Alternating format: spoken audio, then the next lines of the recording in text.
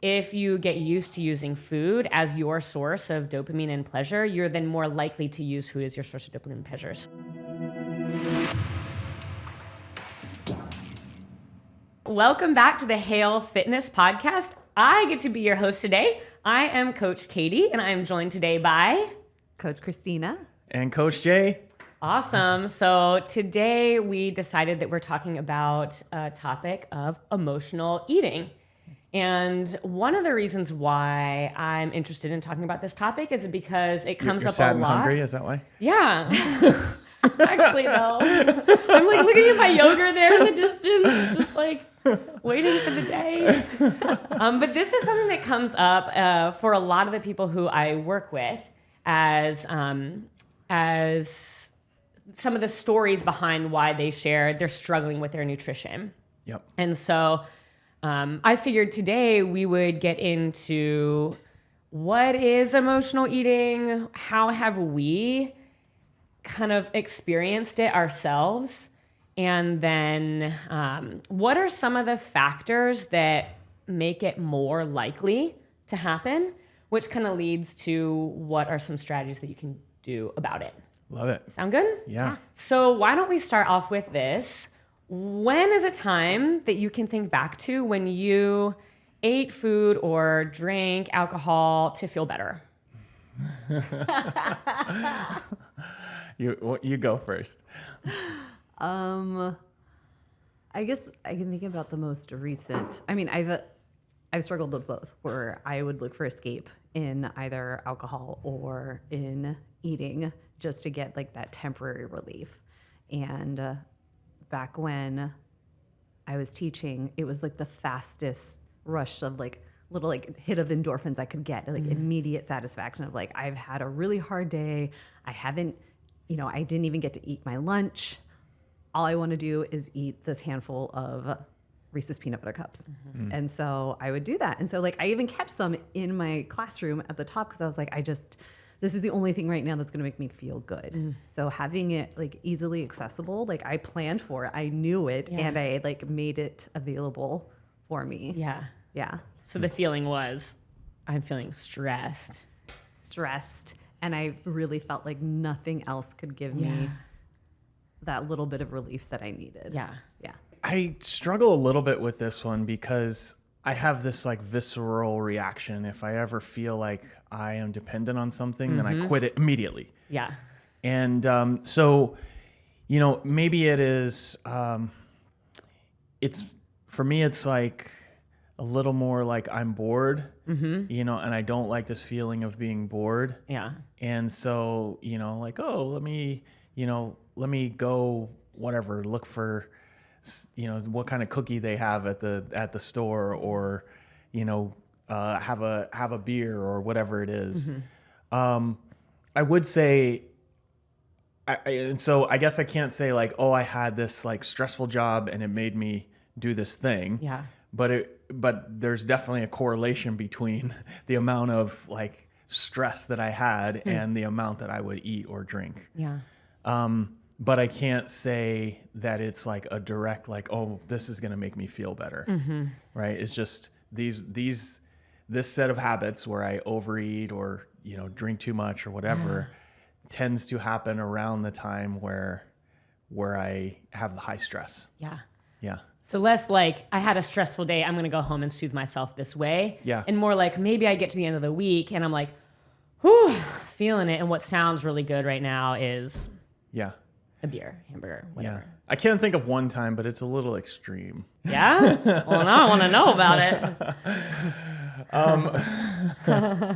Okay, you're really going to laugh about this one. Okay. Let's go. So we hosted a party at the gym one time, and one of the members hosted it. It was a Christmas party, and I had no idea what was going on for the Christmas party.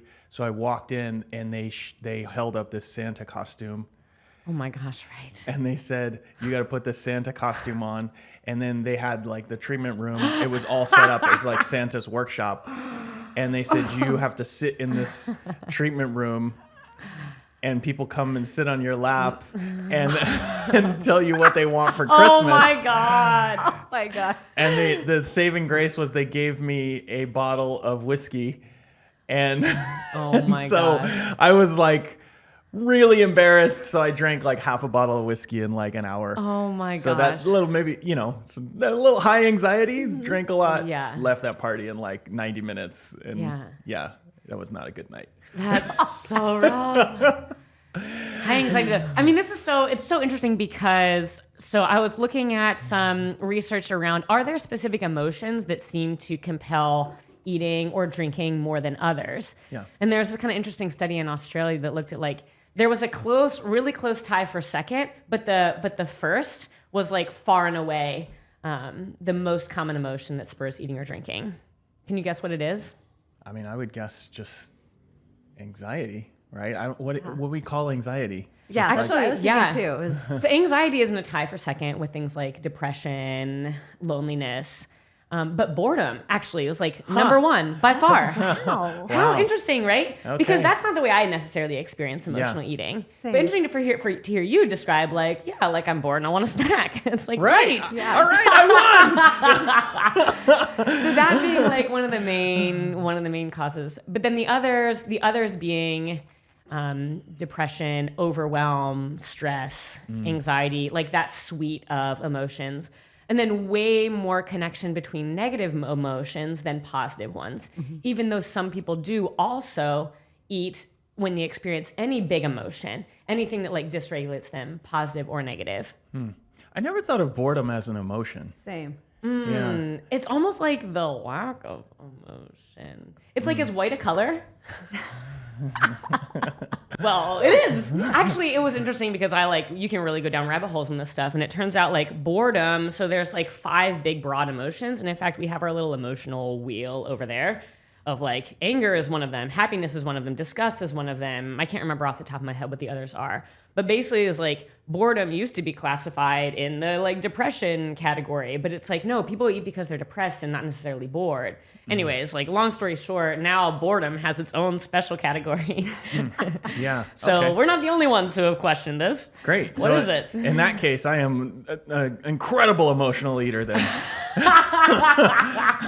So that's kind of like, so this is, I have thought a lot about this, Yeah. especially because when I was in recovery from an eating disorder, like not only was I eating out of emotion, but I was eating large quantities of food. Like I would really take this to an extreme. And that's kind of like a slightly different thing, but a lot of the triggers were the same. And when I was kind of reflecting back on when I had the tendency or when I feel and still feel the most drawn to that behavior is like, most clearly, it's when I'm feeling some kind of stress or anxiety and overwhelm, and I don't see an end in sight to it. Like, I don't see an easy way out to it. It's like if I have stress and I know that, like, great, I have fun plans for the weekend or whatnot, don't feel compelled. But there have been moments in my life where it's like, okay, I'm doing tree work and it's the busy season and we're working 6 days a week, and I know on Sunday I have to do all of the things that get put off during the week. Like, it's not going to be a fun, relaxing day. And there's zero end in sight. It's like, get me out of this. Yeah. You know? Yeah, I Yeah. experienced that similarly. I think I noticed my triggers when I didn't have little breaks in my day to like let off steam. I thought of myself as like this giant, like, I don't know, boiling pot, and eventually, or like a kettle, and that like it just keeps boiling and boiling, boiling, and eventually like I have to release, and that release came in form of food of like, okay, I can get a little bit out if I have this like little tiny bit of, release of endorphins or whatever that is. But seeing now, like that tells me like when I get to that point now where I'm like, I didn't give myself a break today. I have been letting this boil and boil and boil, and I never let myself release. And so now I can at least reflect on that and like take that information and be like, oh, that's why I'm here. It's not that I actually want to eat. It's because I haven't given myself any kind of real grace or any breaks today. Yeah. Yeah. That's Yeah. really good. Yeah, I mean, if boredom qualifies, I can think of all kinds of ways that this comes up for me. I mean, I stopped drinking a few months ago, maybe 4 months ago, 3-4 months ago, and the only time it comes up is if it's like a sunny day and I don't have anything planned, or like, whatever. Yeah. Like it's not like when somebody offers me a drink. It's just Yeah. like, oh, it'd be really great right now is to have a margarita. Yeah. And it's like, that's the real trigger for me, is just like, oh, this would be a fun activity right now. Yeah, totally. Yeah. Yeah, that's interesting. It's interesting too, because like so much of that is like, it's an activity, and there's other positive things that are often associated with it. Like, I'm going to do this thing with my friends, and I'm going to go out to this place with this nice environment. Yeah. You know, of course, that's what I would do on a sunny afternoon in freaking California. Like, what else is there? Yeah. Oh, that's great. So, so I guess like part of why I think it's useful when we share stories is because like, one of the things I wanted to get after is like how prevalent this is, right? Of like, what percentage of people do you think eat on emotion or make the choice to eat on emotion in general? Is there an actual answer? So there's like, I'm just not a perfect answer. All right. So what do we say? What do we guess? Like, I would say at least 90%. I would say like, I'm gonna say like 70. Yeah. So from what I've read, it's like 99.99%. All of them. Pretty much everyone, except like the very, very rare people who we just, I don't know. They're probably assholes. I don't know. But also, like, and I think about this too a lot. I don't know if you do, like when you're coaching people and you're listening to some of these challenges, and especially from the frame of like intuitive eating, of when you're talking about like, well, what does it mean to actually listen to your hunger signals and notice when you're hungry, or notice when you're satisfied. And like, one thing that keeps coming up for me is like, we're in this really bizarre environment of like living in a country where it's like we have all these things that we have never evolutionarily had access to before. Like, we're hyper aware of how we look, for one. And then we have all this access to food anytime, and not just any food, but like really tasty food. Yeah. And then it's like, it's free, it's legal, and it's literally available in like the checkout line of Home Depot, you know? Like, Yeah. Home Depot. that's so confusing, right? It's true. And so it's like, yeah, like, anyways, so point being, if you're living in a like weird country, which is like westernized, educated, industrialized, relatively rich, democratic, like if you're not in a country like that, you probably don't have this same issue with food. Yeah. Right? Like, Yeah. probably have other issues. Because I mean, we're wired to eat, right? I mean, we're we spent so much of our development years seeking food. And so we have all this evolutionary, like this sort of genetic predisposition to, if there's food, we're going to eat food. That's right. And now we're in a position where we're having to prevent ourselves from eating food. Yeah. And it's just like, it's actually against our wiring to do that. Yeah. And so you're not bad if you do this. Right. It's like, Yeah. it makes sense that when you're bored, you're like, oh, let me think about eating, because evolutionarily, that's all you ever thought about. That's exactly it. Yeah. Like, I know that when I talk with my clients too, they sometimes get hard on themselves and they're like, God, why can't I just like, it's a basic function. Like, why is it so hard for me to recognize my hunger cues? And it's like, you have to also understand that like you're going through like what you've already stated is that like we are in an environment with like hyper palatable food and like marketing that tells you to have this stuff against your hunger cues, against, whatever it is. You're like, I just want this super tasty food. And it's like, maybe you've been eating that way for decades. And this is the first time that you're questioning it. And now you actually want to like rewire your brain and get back in touch with your body. Yeah. And it's hard. Yeah, like environment is just such a big factor. It got me thinking about like, what if instead of every McDonald's or every fast food restaurant, there were just like a little park, right? Or what if instead of, candy in the checkout line, there's flowers? Like, would that be different? You would just go somewhere else for your... Got to go a couple extra blocks. You would just like go to Nevada or something, across the border. But just like recognizing how much environment and like the water we swim in makes these things hard. And so often we beat ourselves up because we feel like, shame for like not being able to fight that. But really what you're up against is pretty significant. Yeah. And that's exactly right. I think in the end, I personally think it's next to impossible to fight the kind of environment. Yeah. What I think makes more sense is to just change your environment. Yeah. Like, if you change your environment where there's less of those cues, then you have less of those kind of things that come up. So we were joking earlier about watching football and drinking beer. It's like, I do watch football. I don't drink beer.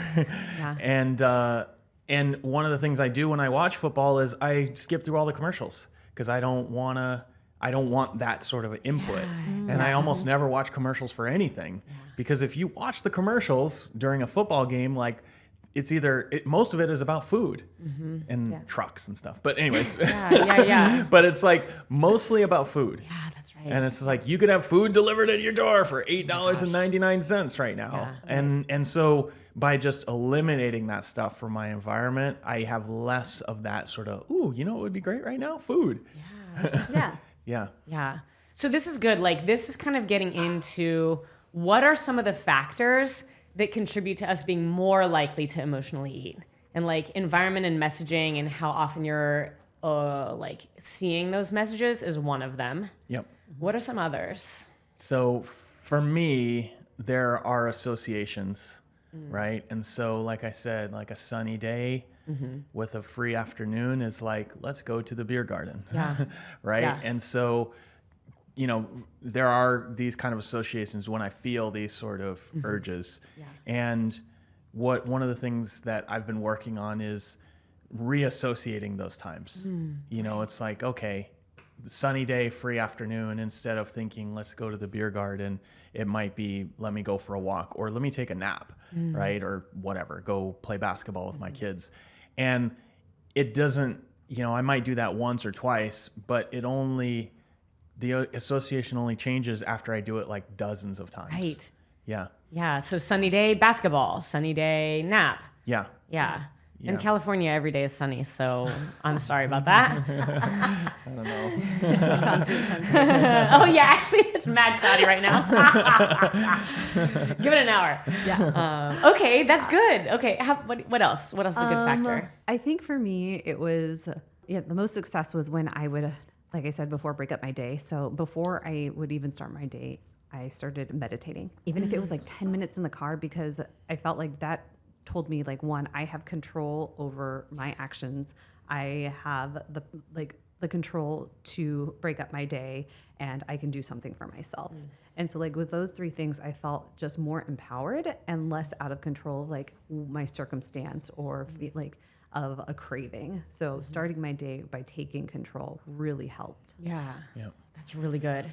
One of the there's two other triggers that I was thinking of. Yeah. One of the big ones for me used to be going to my parents' house. Yeah. Oh my gosh. Family. Right? Yeah. Because they would always, there would always be a barbecue or whatever. And I mean, it wasn't like the worst thing in the world, but it was always like, oh, going to my parents' house, I'm just going to go through the pantry.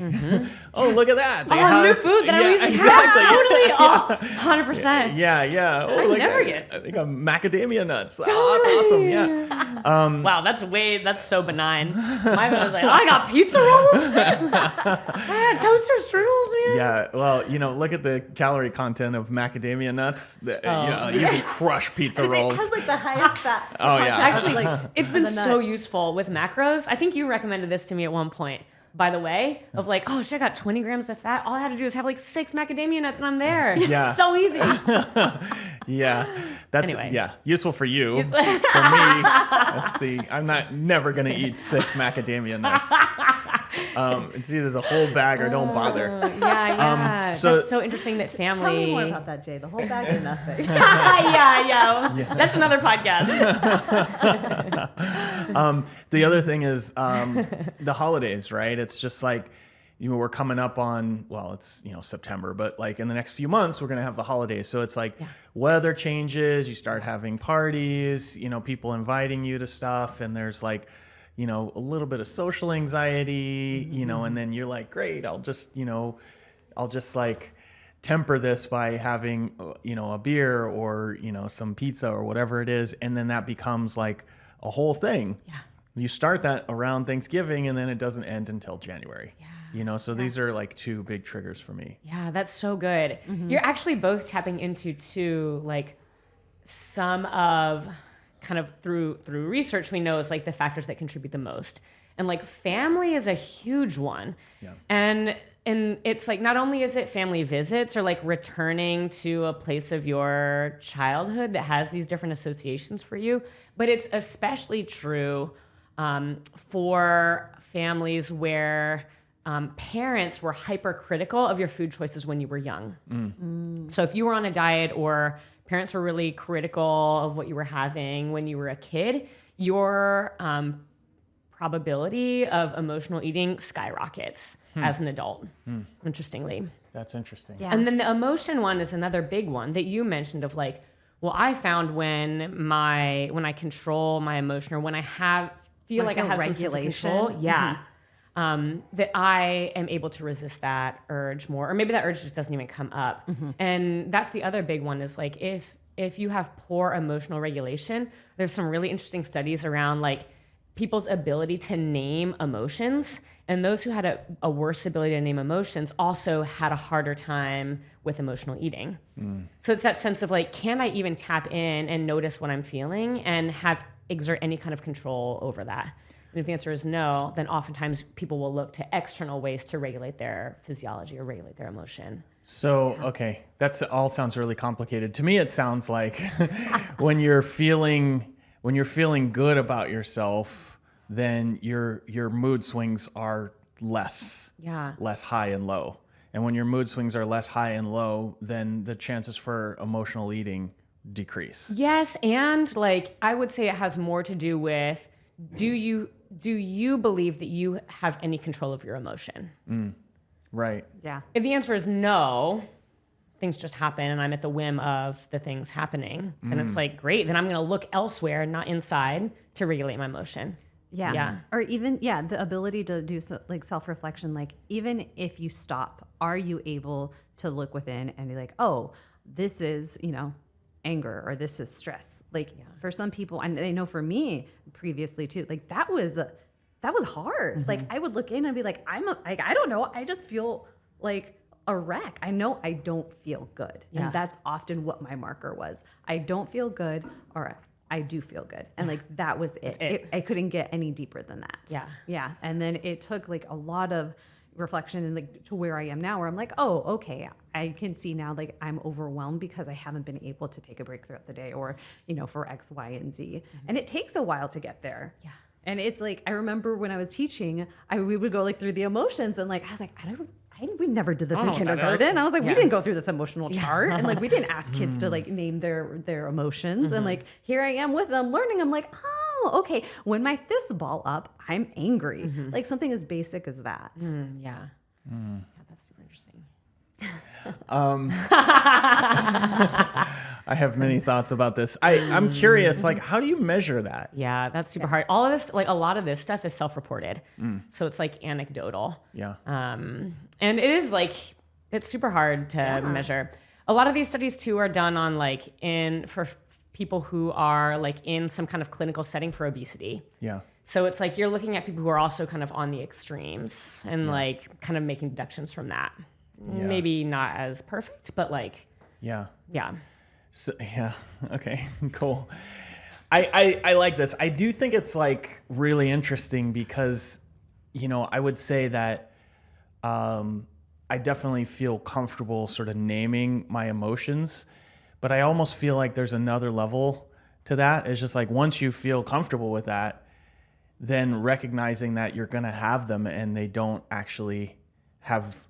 have to have impact on what you do. Yeah. Right. Yeah. Yeah. So I guess that's like kind of what you're getting to. Yeah, exactly. And I think you guys have both kind of pointed to this, and this would be like a good time to go into then like, what do you do about this? Yeah. And you both have identified things that you do, which is like, at the end of the day, it is, I recognize that I have this tendency to eat when I'm bored, and I have this tendency to eat when I'm feeling overwhelmed.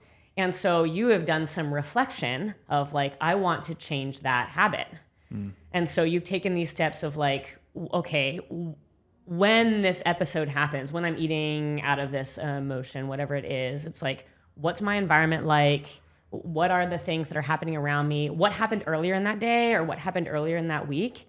And for anyone who's like struggling to get out of the cycle, this is basically like the practice that I run through with people. It's like a break the chain practice, which is like, if you want to have any kind of hope of not having that, choosing that Kit Kat bar when you're in the line of Home Depot and you're like rushing between errands or whatnot, is like, if you try to white knuckle it in that moment, you may be able to, but probably not for the long term. It's not really until you like take those steps back and it was like, what were the events leading up to this? Or like, what was the environment around me that actually contributed to my choosing that? Does that make sense? Mm-hmm. Whereas I feel like the strategy that a lot of people will try to take is this like white knuckling strategy. It's like, okay, I'm not going to address my stress. I'm not going to address anything else that's going on in my life. I'm just going to, when that time comes up again, I'm not going to make the decision. I'm going to do better, right? Yeah, it's like totally. I know that for me, it was it was my environment. So even at home was changing my environment and not having all of our like snacks in a super like a hyper visible place, or even not having those snacks. So I know like my husband, he has a sweet tooth, and so he liked having all kinds of tasty things around. And then so it took me having that conversation with him. But I think what I noticed too in my clients and myself is like, as like a people pleaser, it's hard to ask for what I need, which leads to that overwhelm because I haven't been asking for what I need, or I haven't been expressing my thoughts. And then compounding that with like, now I have to have this conversation, like this difficult conversation of like, by the way, I need to change our environment for my needs is really uncomfortable. But having like being able to get there, like one is it's okay. Like I'm teaching myself, one, it's okay to ask and it's okay to like express my needs. And two, I can take control of my environment. And it's like, and you find out like you have a supportive environment. Well, hopefully, Yeah. That's so good. So you asked for it. You recognize like environment is the thing that it want to change. Yeah, that's so good. Yeah. I have, it's interesting. You kind of summarized this, but I kind of take the opposite approach. And part of the reason for this is like, what I'll do is I'll say, okay, I'm going to do 30 days or 60 days of something. And I will do, the idea is like, I'm going to white knuckle it, but it's different though. It's like white knuckling means I'm just going to push through. There's going to be discipline. I'm going to achieve the thing. Yeah. But then I'm also going to reflect at the end. Yeah. Right. And, I make it sound like, oh, you just have to have discipline, but actually it's not that at all. It's more like what you said. It's like you're creating an environment where you get so many rewards for doing the thing that you're wanting yourself to do. Like that's what I do is I'll create an environment where there's a lot of rewards so that I'm incentivized to do the thing and not incentivized to, whatever, like eat the candy bar or whatever it is. So like what? Okay, so like, let's just say that you have a nutrition plan and you are following like, I'm going to eat this many calories, this much protein, whatever, like so macros, right? So what I will do is I will say, okay, I'm going to start small. First of all, is I'm going to start by just tracking my food. And then once I get to the point where I feel comfortable tracking my food, I'll say from this day, I'm going to do X amount of days. Let's say 60 days. I was just talking about that this morning. If you can do something for 60 days, like, so I just know this from working with people. Most people don't stick to a diet for more than a week. People here, probably more like 30 days.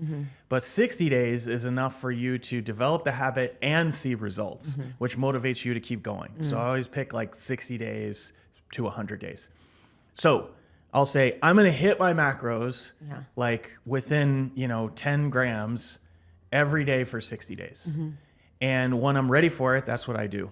And so I decide this is the specific thing that I'm going to do.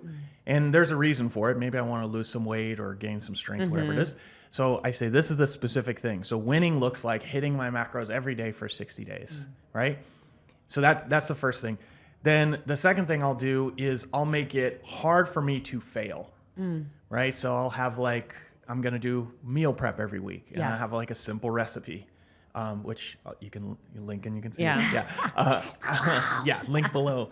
I make the same thing every week and people think it's boring, whatever, it works for me. It's an environment where I can't fail.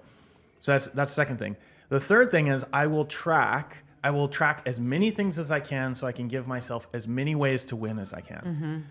So like I track in, MyFitnessPal and I can see like there's a little way you can set it up so that like it shows you how many macros you have left, and it's like every day I hit it, it's like a win. Yeah. Right.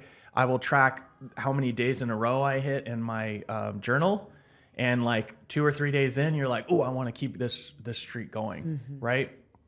I will write about it in my journal, and I'll even like put it on a separate spreadsheet so that I can see over time how my weight is impacted by my tracking. So now I've tracked these things in 4 different ways. So every day I do it, I get to like put it in my MyFitnessPal, color off the little box in my journal, track it on my spreadsheet. Like I'm winning 3 times just by doing that.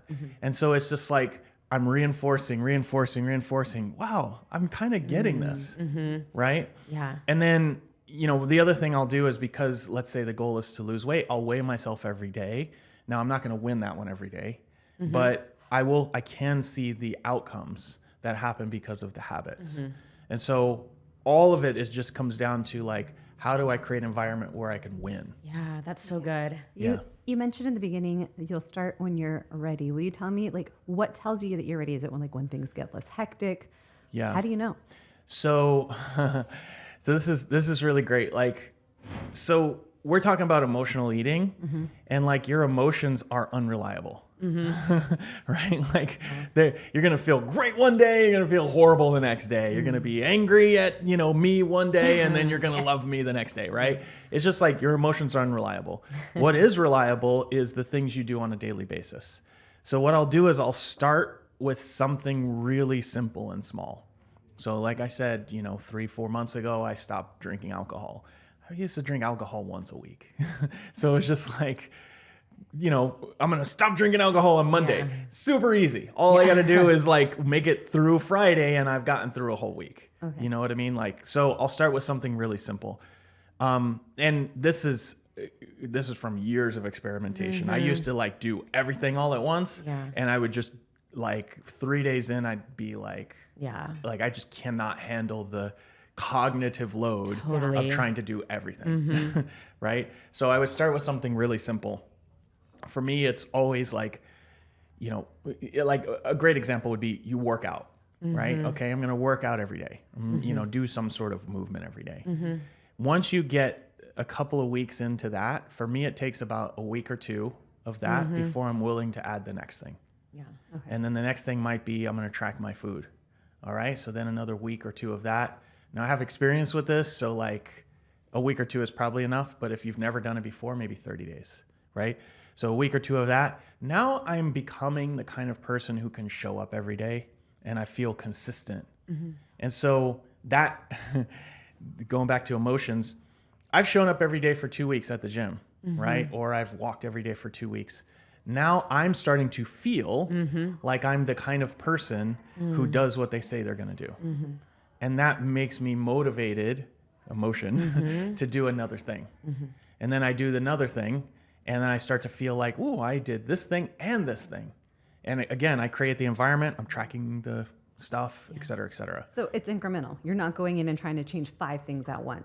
And then once you get that one habit down, you have a little bit more capacity. You're like, hey, I can actually take on one more thing. Yep. So it's a long process. It's not going to be in a week or 2. Oh my gosh, that's so good. It can be. It can be. Okay. It depends on your experience. Okay. So if you've done all this stuff before, then it's just like, for me, like the gym, if I take a few weeks off from the gym, I don't want to come back. But it only takes me 3 days to feel like, okay, I'm back.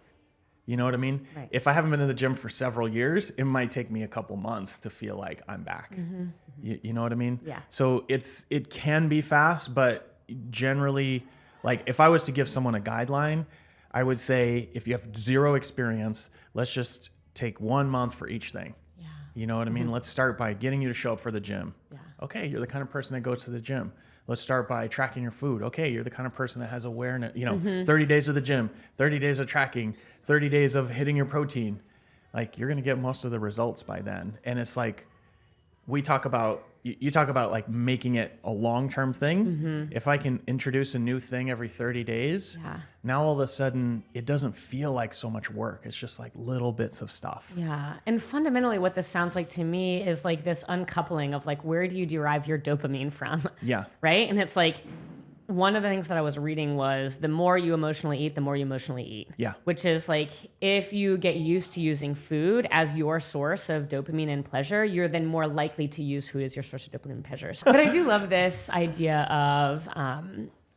of reassociating like where you get your win or where you get that little hit from. And for you, it has been through, all right, I'm going to track this thing that is, helping my health in this way. Yeah. And then I get that little hit of dopamine from that little celebration. Yeah.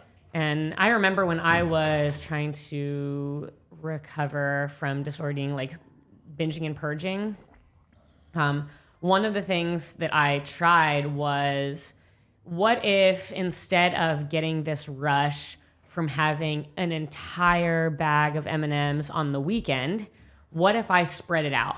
And I would give myself like a little bit on Monday and a little bit on Tuesday and a little bit on Wednesday. And maybe over the whole week, it's the same quantity, but it's not going to feel as bad to me. Yeah. And like that actually helped me quite a bit. Was like, okay, it was just a way of sort of like, let me just kind of like reassociate what I'm getting my like big source of pleasure from. Okay, can I dig into this? Yeah. I just absolutely love this. One of the fundamental things about emotional eating is that people feel bad about what they're doing. It's just like, I have anxiety or I have boredom and I eat a bunch of stuff and then I feel bad. That's right. Right? And you feel bad because you feel like you should be doing something else. Yeah. And the thing is, you don't change by feeling bad. That's right. Yeah. Like that's the real of it. Yeah. Is like, if I held a gun to your head and coerced you to do something, you would do it, right? You would do it in the short term, but in the long term, you wouldn't do it. That's right. Right? Yeah. Versus like, if I gave you $100 to do something, that's a bad example, but if I gave you some like positive reinforcement for doing something, then you would do it that time, but then you would more likely do it the next time and the next time. Totally. And it's like, I think there is this just, and I mean, I'm absolutely guilty of this. There is this tendency to rely on shame to make yourself do something. Totally.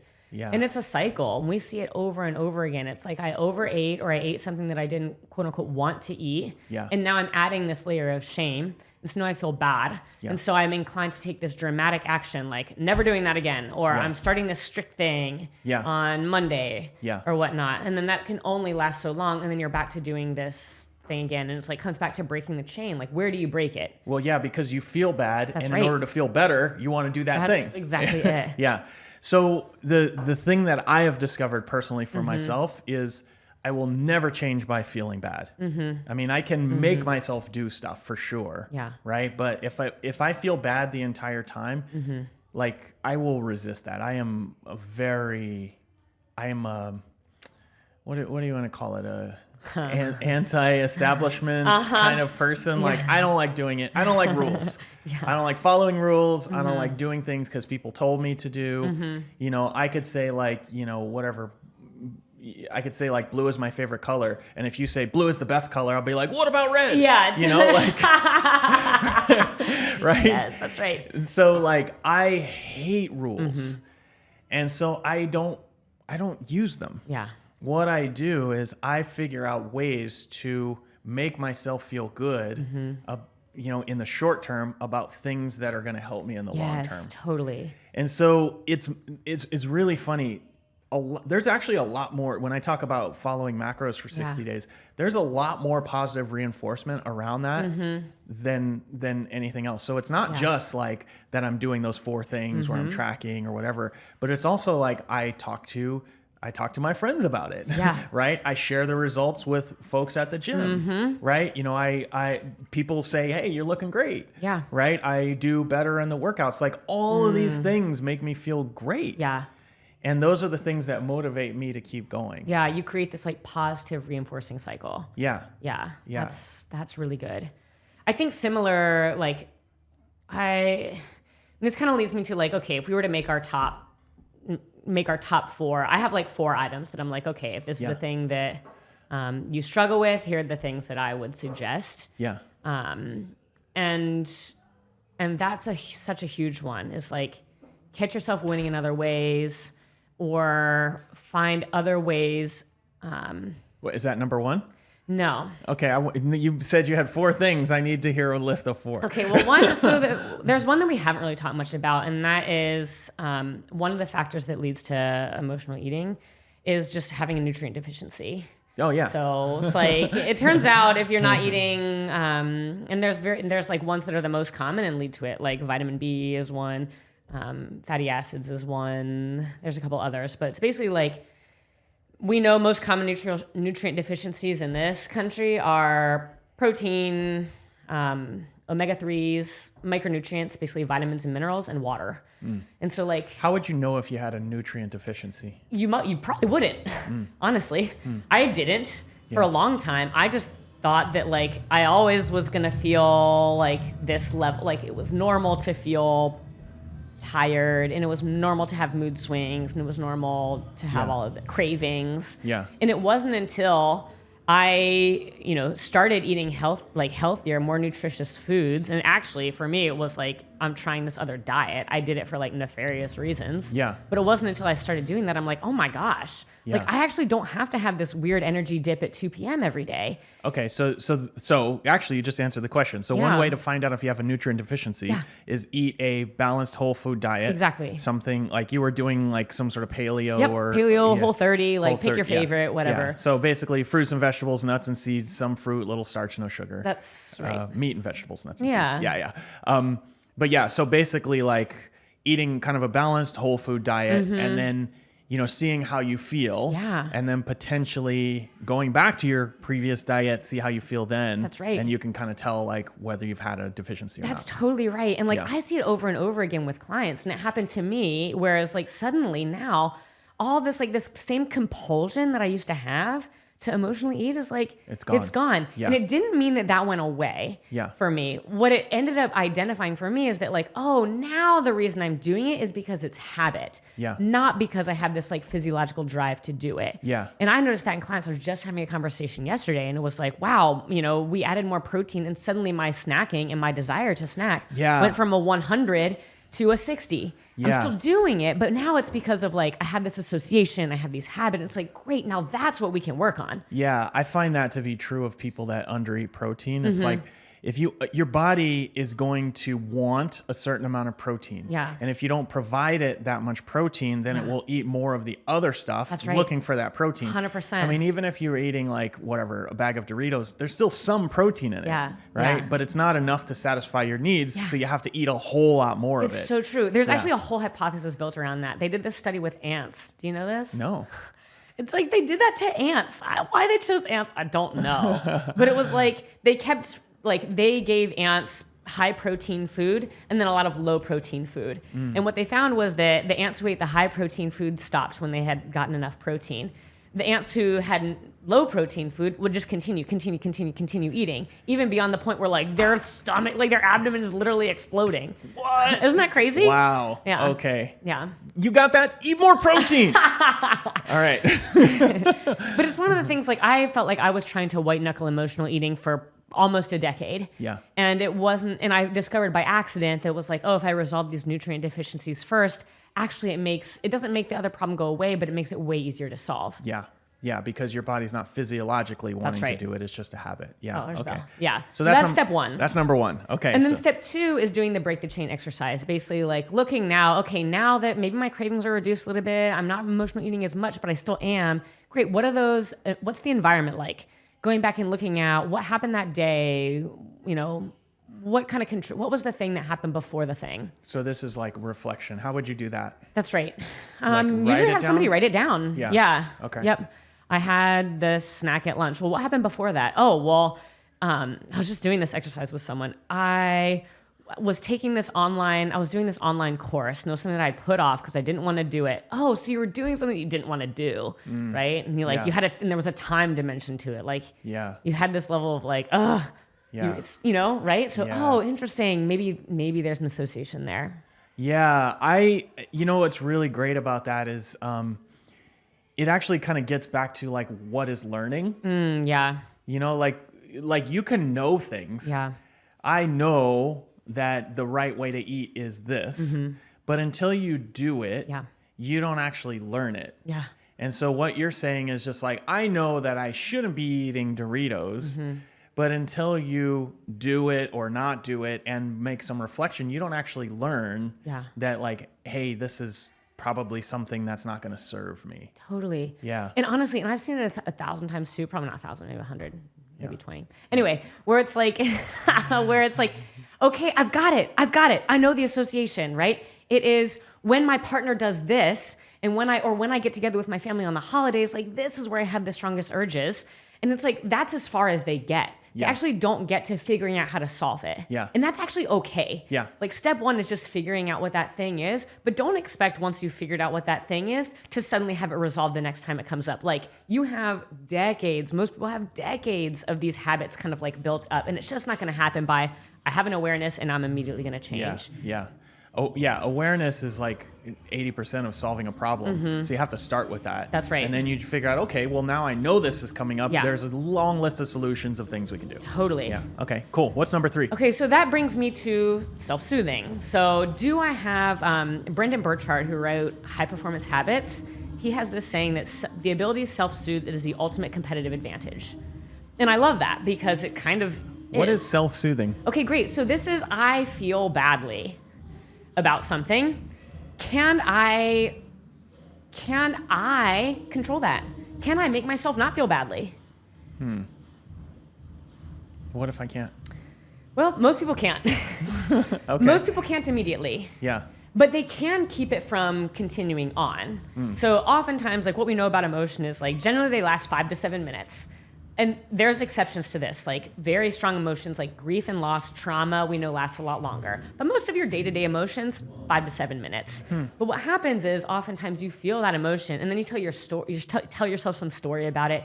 You do something to prolong that emotion. Maybe you're even getting something from it. Like maybe you get attention from it or whatever it is. Like I know I've done this. I'm like, I'm feeling bad. And like, I low-key don't want to feel bad, but I also kind of feel like I'm justified in my feeling bad, and I want other people to know about it, right? And I want to be soothed by other people. So I'm going to hold on to this emotion longer than it really needs to be held on to because I'm getting these other things from it. So what you're saying is self-soothing is the ability to let go of emotions that don't serve you. Yes. Yeah. Okay. Yes. So how would you do that? Well, a lot of different ways. Like number one Give is me to like the most effective way because I breathe. don't want all the ways. Just breathe. Just breathe. This is like the biggest one. I do that anyway. Maybe breathe bigger. It's so crazy, but like breathing is so underrated, and it is the shortcut from sympathetic to parasympathetic. Like it is the shortcut from like feeling crazy about a thing to like all of a sudden feeling like the world is actually okay.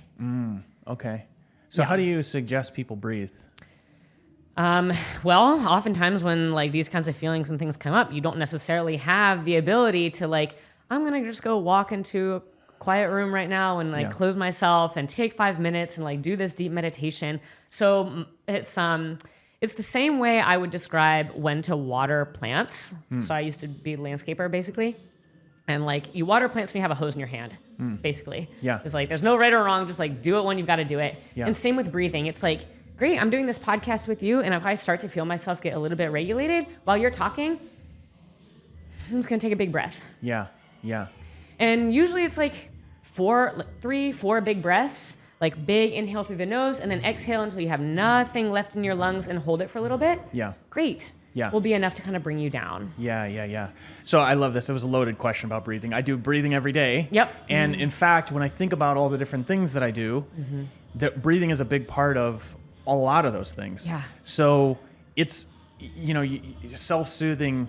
It's just like funny. Some of these like terms just really stick in my head. I know you like they're real like triggers for you. Yeah, I don't love these terms. Basically, it's just like, how do you reset is kind of the thing. And Yeah. it's like, there's a lot of things that I feel like work, and I don't even I never realized I was doing it until people started putting all these terms on it. But it's just like a walk will work, right?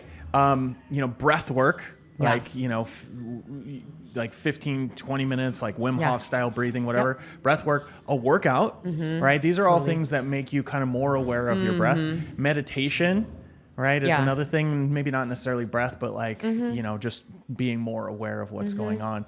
And if you have a regular practice of anything like this, Yeah. then you actually have a little better control over your system, and you can draw on some of that stuff Totally. when you find yourself stressed. Yeah.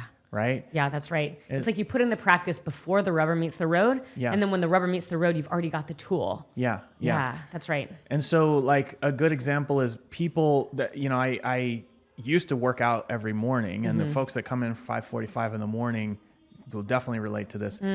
If you work out in the morning, the rest of the day feels a little easier because, like, you've already kind of put this sort of stress on your body, yeah. and you've, gone through this sort of breathing Yeah.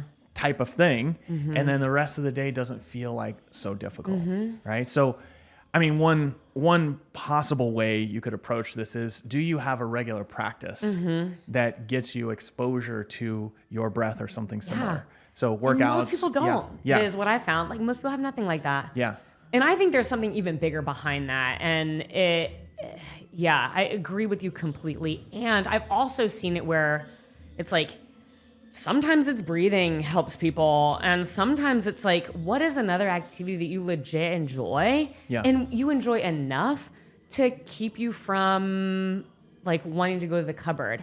And sometimes it's like, I don't know, I was working with someone, it was like reading People magazine. Yeah. They loved it. Yeah. And it was like, I think culturally, we don't always give each other permission to just do things that aren't productive. Yeah. And it's like, if that's reading a magazine, or if that's, my coach even was like, how often do you just give yourself permission to scroll social media and not feel bad about it? And I'm like, oh, never. I always feel bad about it. Oh, interesting. Yeah. Right? Like, that's also an okay thing to do. That would be considered self-soothing? It could be. Okay, cool. Yeah. Someone right. might turn to that. Touch, like anyone who's like worked with me long enough knows that like I touch my chest often. Like I will touch my stomach often. And to me, this is like my cue of like, remember where your breath is, right? Yeah. And it's just like that little tactile feedback that for me is like extremely self-soothing. Right. Yeah. Cool. So that's number 3. Yep. Number 4, last one. So yeah, I want to keep going. I want to highlight one thing here is the better you get at this, the less you sort of feel those emotions. I mean, if you have done any sort of meditative practice or breathing practice, like part of what they have you do is to watch the thoughts come and then let them go. And your emotions are the same, like watch them come and let them go. But for me, what I find is when I really get wound up, a 15-minute walk basically solves that problem. Yeah. Like there's actually no problem that I have that can't be solved by a 15-minute walk. Sometimes it's 30, but usually like 10 or 15 is enough to do it. Yeah, that's so good. So, all right, what's number 4? Well, number 4 gets back to the sense of like, we don't change from feeling bad, we change from feeling good. And so step 4 I've summarized as lead with kindness, which is essentially like, if you notice these patterns for yourself, like one way to react is to feel shame and to feel guilt. And it is so, I've noticed for a lot of people, like that's the default connection in their mind. And it may have come from the shame that they were made to feel when they were young or whatnot, or it's just like been prolonged, self-talk for all these years. That's just their pattern. Yeah. But if you can lead instead with kindness and from a voice of, oh, this is a pattern that I have, how interesting. If that becomes the response, or even if you can arrive at like, oh man, I just ate an entire Entenmann's coffee cake, which they do not have Entenmann's out here. It's a problem. Yeah, because we have better stuff than that. We have bakeries and stuff. I guess.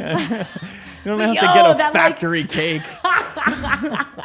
You know how thick that crumble, like brown sugar crumbly topping is? I don't like, know. Forget the cake. I will just freaking eat that topping. Yeah, great. Anyway, long story short, it's like if you have found yourself eating an entire Entenmann's coffee cake, never done that. No. But basically, like, if you can train yourself for your first response to be, oh, interesting, instead of, oh my gosh. Yeah. Now you're actually in a better position to actually solve it. Yeah. Oh, interesting. I wonder why I did that. Yeah. Huh. Oh, like, look at me. Like, this is actually my body trying to protect itself and keep itself safe. Like, interesting. What else can I do to kind of foster that, right? I like this. I have a different take on it, but I really like this a lot. Yeah.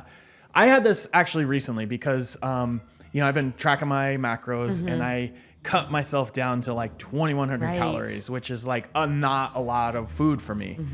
And I did it for 2 weeks. And the third week, I had 2 or 3 days where I just didn't hit it. I went Yeah. over. And what I did was at the end of the week, I looked back and I said, I did this for 2 weeks. Right. On the third week, there were 3 days that I didn't hit it. Clearly, I am hungry. Yeah.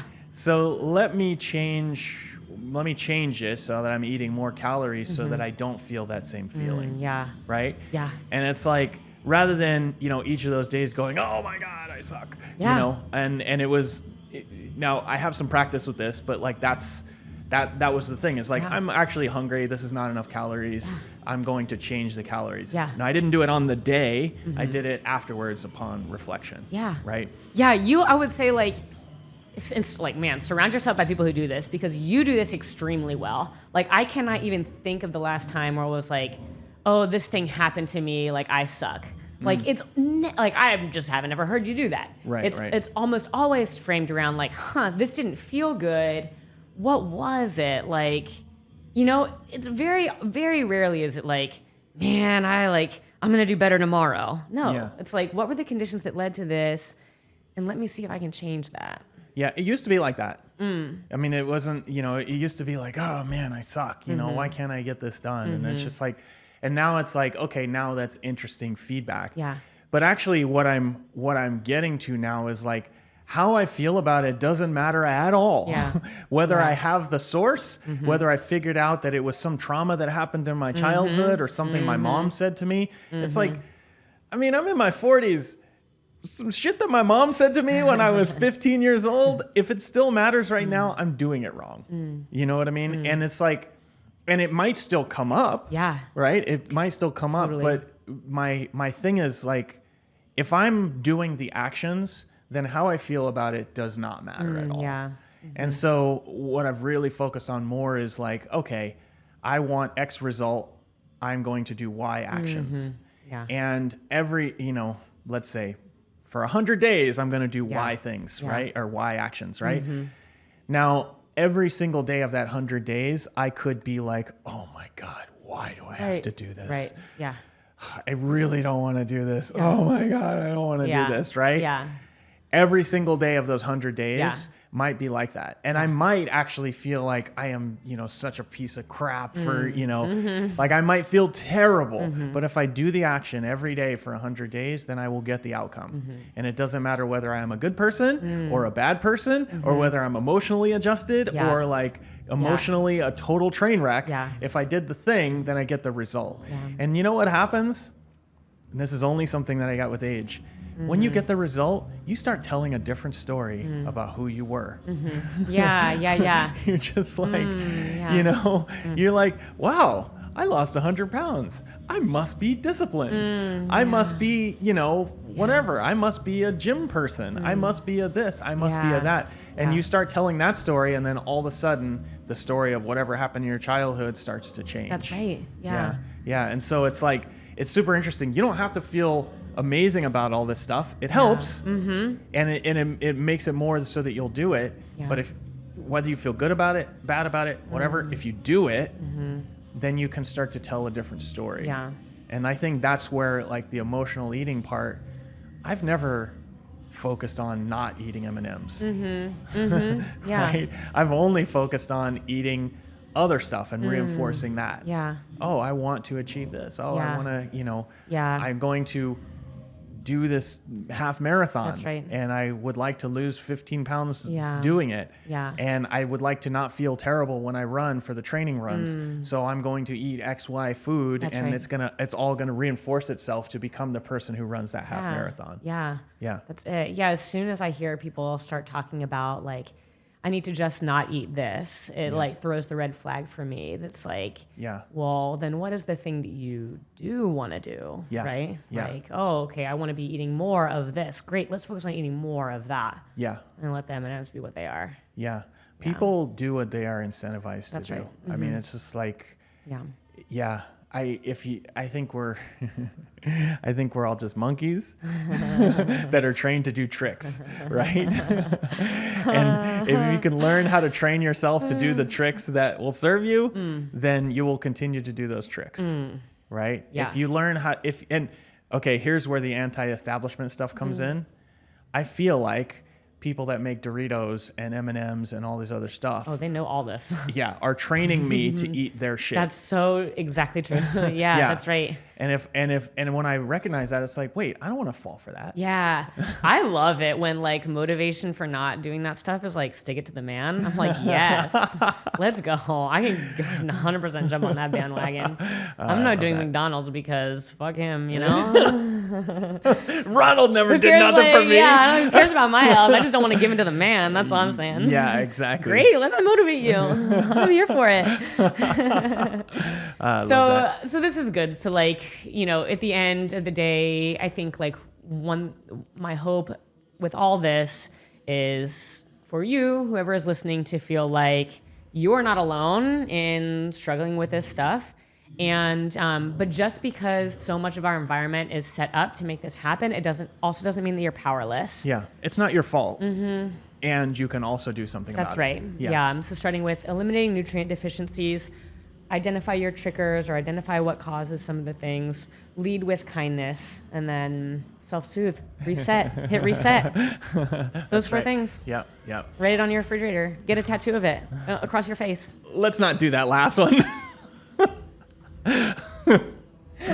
Check with your coach before you do that last one. But that's it. That's it. I think that's all we've got for us today. Yeah, awesome. Awesome. Thanks, guys, so much. All right, thanks, Katie. Bye. Bye. Thanks for tuning in. If you like this episode, we've got plenty of others. Go check out this one over here.